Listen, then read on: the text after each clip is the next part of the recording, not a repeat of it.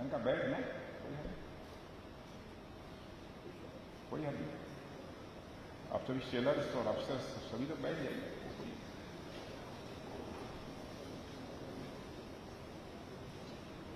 भैया बैठ जाओ।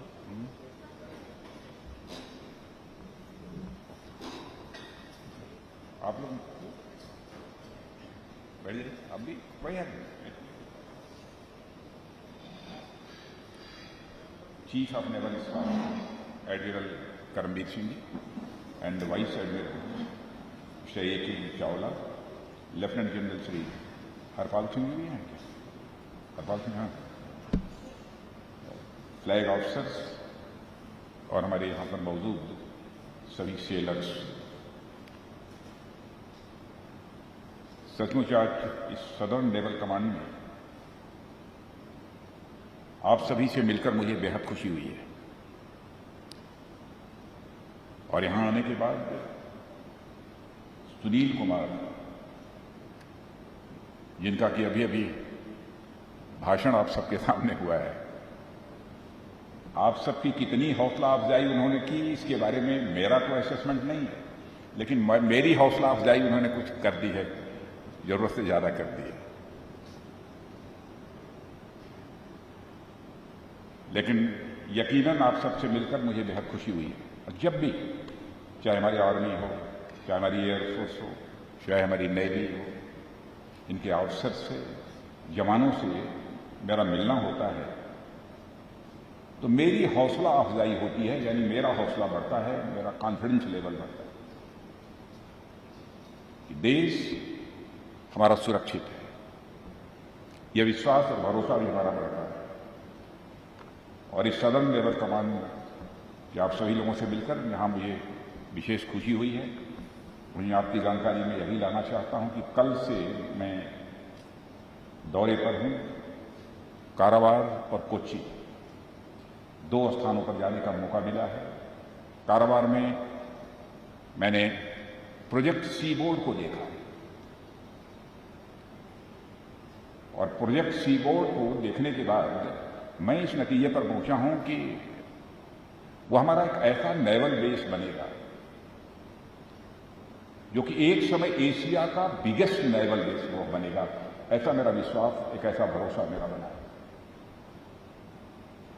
वहां के भी सारे अधिकारियों और सेलर से भी बातचीत करने का भी अवसर मिला है। इंफ्रास्ट्रक्चर, चाहे वह कारावार हो का नेवल बेस हो, चाहे यहां पर मॉडर्न इंफ्रास्ट्रक्चर डेवलपमेंट कैसे हो रहा है, उसे भी देखने का मौका मिला है। कुछ हमारे ऑफिसर्स ने, कुछ हमारे सेलर्स ने कुछ इनोवेशंस, जो नई नई चीजें उन्होंने खोजी हैं, ईजाद की। सचमुच मुझे यह कल्पना नहीं थी कि इतने हाईली टैलेंटेड लोग यहां पर हैं। अब मैं सबका नाम नहीं याद है, मयंक शर्मा, अब मैंने देखा, वैसे मैं भी साइंस का ही स्टूडेंट रहा हूं, फिजिक्स का स्टूडेंट रहा हूं, फिजिक्स, केमिस्ट्री, मैथमेटिक्स मेरा भी सब्जेक्ट रहा है। पूरा तो नहीं समझ पा रहा था, लेकिन काफी हद तक चीजों को समझने की कोशिश कर रहा था और समझ पा रहा था। मैं ये कहना चाहूंगा कि आप जैसे जवानों और अधिकारियों के ऊपर हम सबको गर्व है। I am proud of all of you.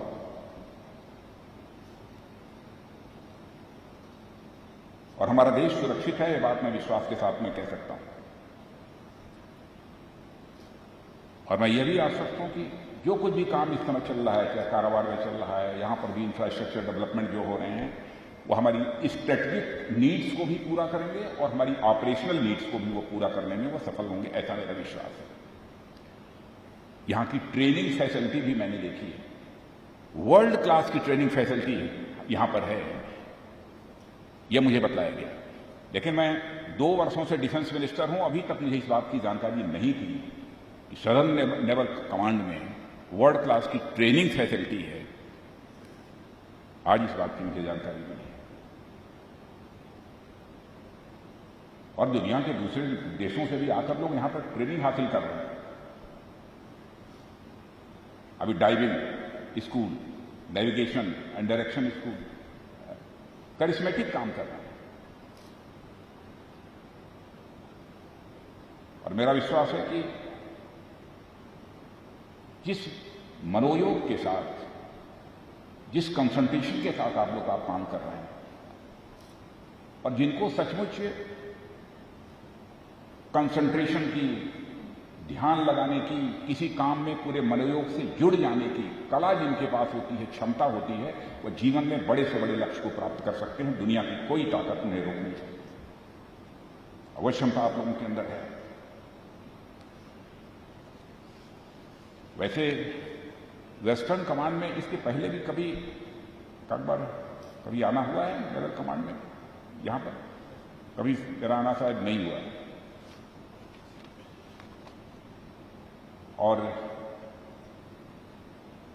वैसे आपने देखा होगा कि दुनिया में उन्हीं देशों का प्रभुत्व यानी दबदबा रहा है जिनकी नेवल फोर्सेस ताकतवर रही है। नेवल फोर्सेस यदि ताकतवर नहीं रही है तो वह देश भी दुनिया में एक ताकतवर देश, एक पावर के रूप में, सुपर पावर के रूप में नहीं जाना जाता। और मैं कह सकता हूं कि हमारी नेवी भी जिस तरीके से आगे बढ़ रही है, आज तो हम दुनिया की टॉप 5 नेवल फोर्सेस में हैं, लेकिन वह दिन दूर नहीं है कि हम जल्दी ही कुछ ही वर्षों के अंदर दुनिया की टॉप 3 नेवल फोर्सेस में आकर खड़े होंगे, ऐसा मेरा विश्वास है।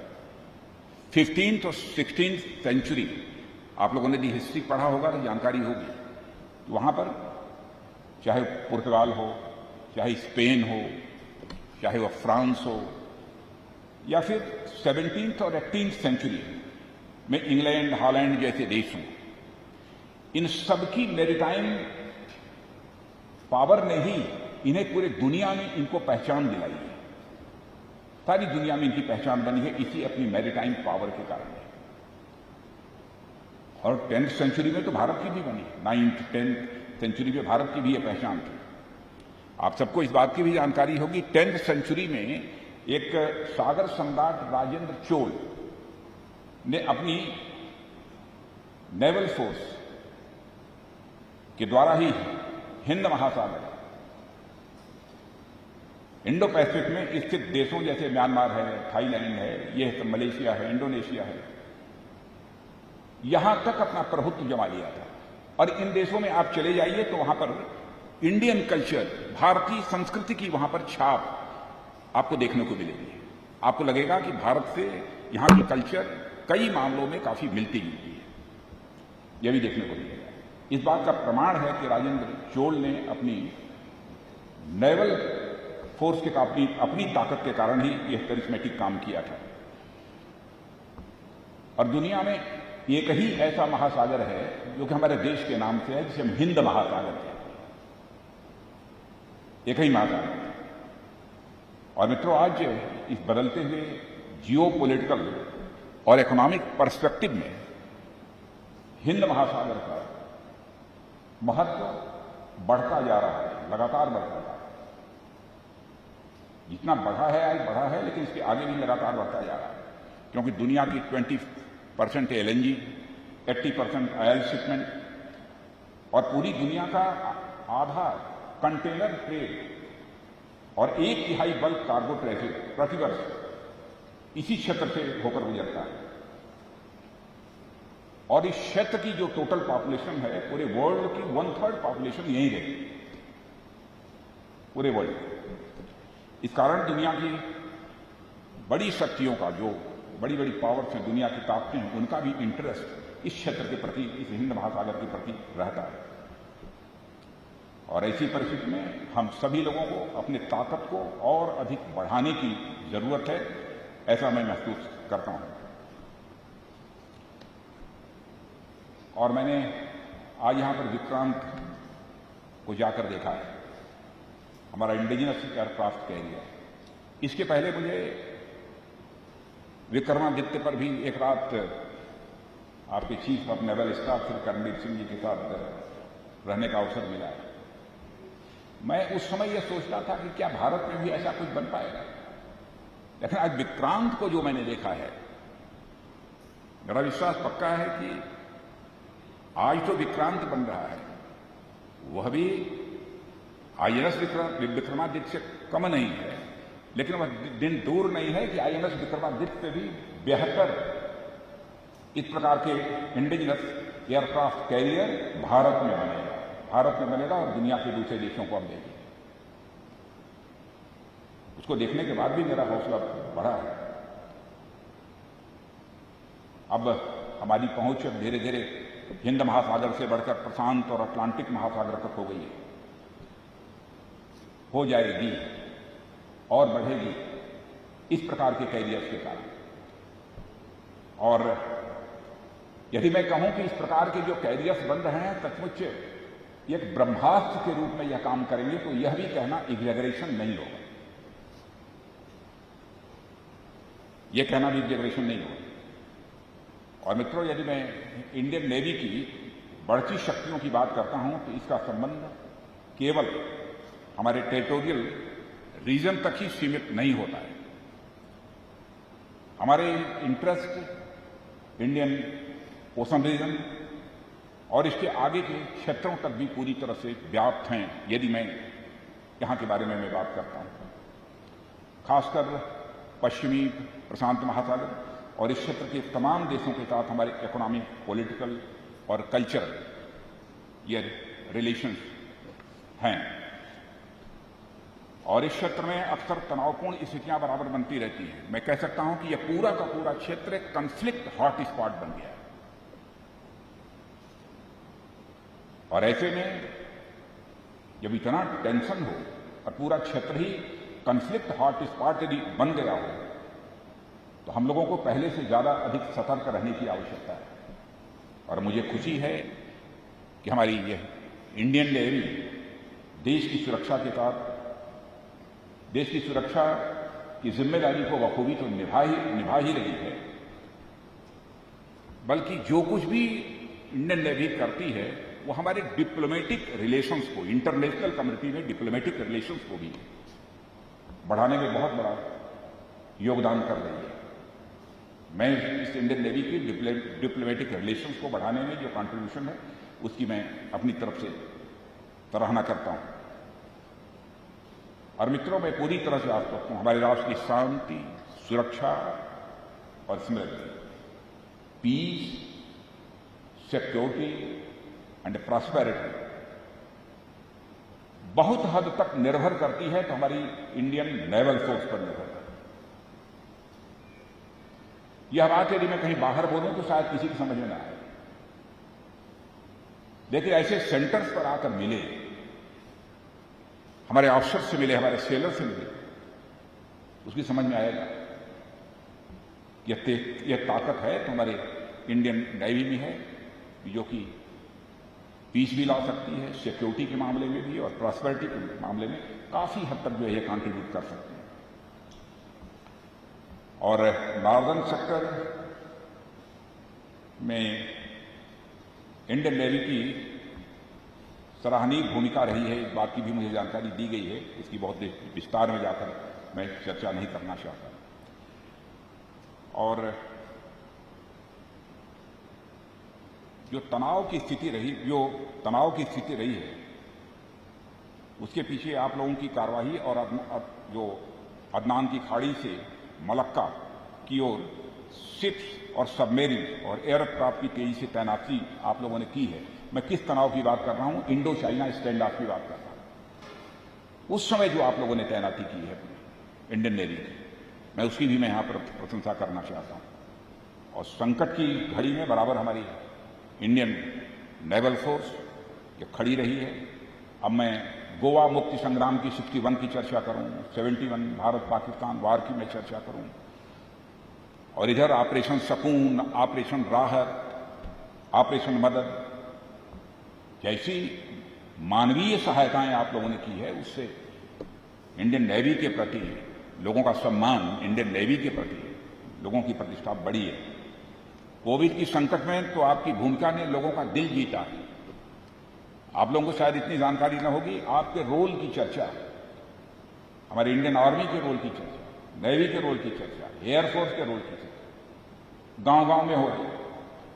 लोग कहते हैं कोविड-19 के दौरान बहुत ही इंपॉर्टेंट रोल ये प्ले किया है, चाहे इवैक्यूएशन का रहा हो, चाहे ऑपरेशन समुद्र रहा हो और मिशन सागर रहा हो, यह सब सारा इंडियन नेवी के लोगों ने ही किया है। ताउते, यह जो तूफान आया था उसमें भी आपकी भूमिका बहुत ही सराहनीय रही है। इसके पहले जो यास आया था उसमें भी इंडियन नेवी ने बहुत ही महत्वपूर्ण भूमिका निभाई थी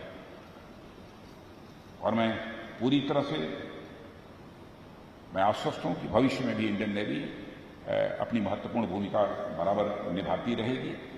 और मैं डिफेंस मिनिस्टर होने के नाते अपने मंत्रालय की तरफ से ये आश्वस्त करना चाहता हूं कि जिस भी प्रकार के सहयोग की आवश्यकता होगी रक्षा मंत्रालय, डिफेंस मिनिस्ट्री उसके लिए पूरी तरह से तैयार है, आपके साथ खड़ी रहेगी।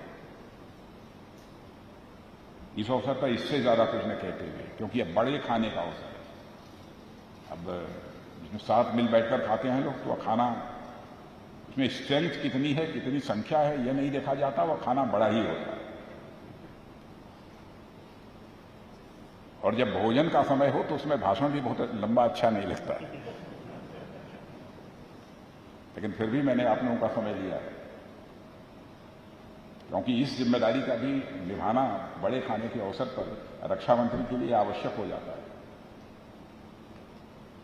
इसलिए इस अवसर पर इससे ज्यादा कुछ न कहते हुए मैं आप सभी को अपनी हार्दिक शुभकामनाएं देता हूं और आपके प्रति इस देश का रक्षा मंत्री होने के नाते एक विश्वास व्यक्त करता हुआ अपना निवेदन समाप्त करता हूं। नमस्कार, मैं हूं मानक गुप्ता। अगर आपको हमारा ये वीडियो पसंद आया हो तो इसे लाइक और शेयर जरूर करें और हां, हमें सब्सक्राइब और फॉलो करना ना भूलें ताकि आप देश और दुनिया की कोई खबर मिस ना करें।